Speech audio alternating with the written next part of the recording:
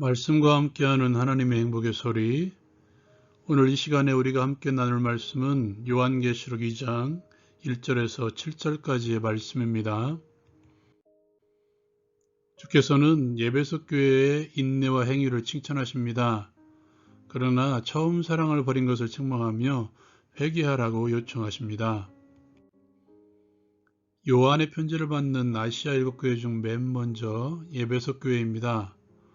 오른손에 있는 7뼈를 붙잡고 7 금촛대 사이를 거느시는 이라고 전하며 그들의 행위와 수고와 인내를 알고 악한 자들을 용납하지 아니한 것과 자칭 사도라 하되 아닌 자들을 시험하여 그의 거짓된 것을 드러낸 것과 참고 주 예수의 이름을 위하여 견디고 게으르지 아니한 것을 안다고 전합니다.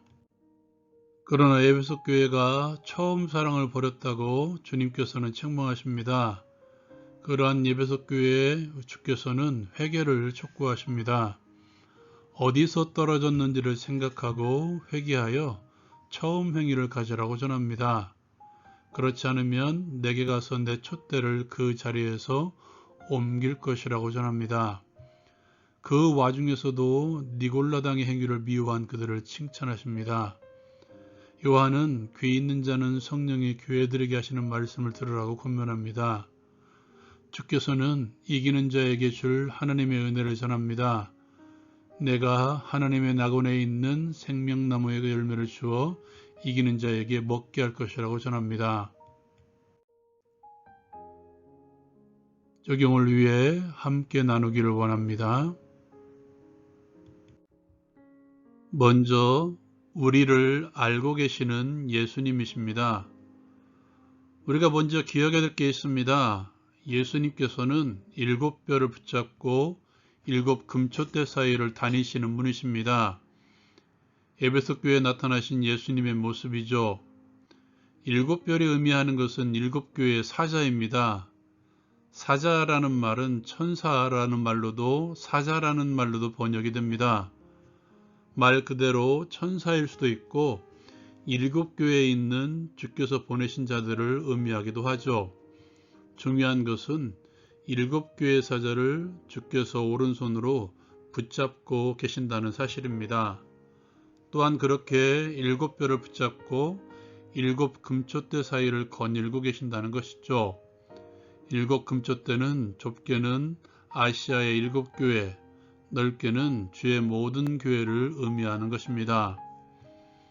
주께서 이 그림을 통해서 보여주시고자 하는 것은 우리 주님께서는 교회 가운데 함께 하시며 교회를 돌보시며 교회를 붙들고 계시며 교회를 다스리고 계신다는 것입니다. 세상을 누가 다스리고 있느냐는 것은 중요하지 않죠. 여전히 세상도 우리 주님께서 다스리고 계십니다. 우리 주께서는 교회를 붙들고 계시며 여전히 돌보고 계신다는 이 사실이 너무도 중요하다는 것입니다. 왜냐하면 우리 주님께서는 전능하신 온 우주의 통치자이시기 때문입니다. 교회를 붙들고 계시는 우리 주께서는 또한 우리를 알고 계십니다. 또한 알아주십니다. 오늘 에베소 교회를 향해 칭찬하시는데요. 그들을 알고 계신다는 것이 핵심입니다. 이것은 칭찬뿐만 아니라 그들을 향한 책망거리도 알고 계신다는 의미이죠. 성경은 이렇게 말씀하고 있죠. 내 행위와 수고와 내 인내를 알고 내 이름을 위하여 견디고 게으르지 아니한 것을 아노라. 요한이 보았던 주님의 모습을 기억하십니까? 불꽃 같은 눈을 소유하고 계신 우리 주님이셨습니다. 그 눈으로 교회를 바라보시고 교회 지체들을 바라보시고 그리고 나를 바라보고 계십니다. 그리고 알고 계십니다. 시편 139편의 시인의 고백을 기억하십니까? 나의 말, 나의 생각, 나의 행동, 나의 앉고 일어섬을 알고 계시고 감찰하고 계신 하나님에 대한 고백이죠. 주목하여 보고 계신 하나님께서 알고 계시며 또한 알아주십니다. 이것보다 더 큰 위로가 어디 있을까요? 사람들이 보지 못하고 알지 못하는 나의 속마음도 나의 행위도 주께서는 알고 계시며 그 알고 계신 주님께서 나를 위로하신다는 사실입니다. 내가 지금 무슨 생각으로 내 일에 집중하고 있는지 알고 계십니다. 내가 지금 무슨 생각을 가지고 주의 말씀에 복종하며 주의 몸된 교회를 위해서 순종하고 있는지, 봉사하고 있는지, 충성하고 있는지 알고 계신다는 것입니다. 주를 위한 나의 생각, 나의 마음, 나의 행동을 주께서 알고 계시며 나의 인내와 주를 위한 나의 부지런함을 알고 계십니다. 또한 나의 약함을 알고 계십니다. 나를 손수 빚으신 하나님께서 나를 알지 못하시겠습니까? 당신의 생기로 우리에게 생명을 불어넣으신 하나님께서 또한 성령으로 거듭나게 하셔서 우리를 새롭게 창조하신 우리 주님께서 우리 속사람을 모르시겠습니까? 알고 계시며 알아주시며 또한 고쳐주시는 분이십니다. 나의 약한 속사람을 고쳐주시고 나의 거칠함을 고쳐주시며 또 나를 알아주시는 주님을 기억하십시오. 그 주님께서 나를 회복시켜 주실 것입니다. 그러므로 처음을 회복하려고 하십시오. 주님께서 에베소 교회를 책망하시는 것이 바로 이 처음이죠. 처음 사랑, 처음 행위. 처음 사랑에서 비롯된 처음 행위를 가져라는 것이 예수님의 책망이며 권고입니다. 그리스도인들이 복음서를 통해서 많은 손가락질을 하는 이들이 바로 바리새인들이죠. 하시딤이라고 하는 경건한 무리들에게서 유래된 바리새인들, 하나님 앞에서 경건한 삶을 살아가고자 했던 하시딤들, 어떻게 하면 하나님 앞에서 경건한 삶을 살아갈 수 있을까? 어떻게 하면 하나님이 기뻐하시는 삶을 살아갈 수 있을까? 고민하며 삶을 살았던 이들이죠. 그러나 가면 갈수록 그들의 방향은 하나님이 아닌 사람들을 향해 갔던 것 같습니다. 내가 이렇게 살아가면 저들은 어떻게 생각할까? 어떤 말, 어떤 행동을 할 때 저 사람들이 나를 우러러볼까?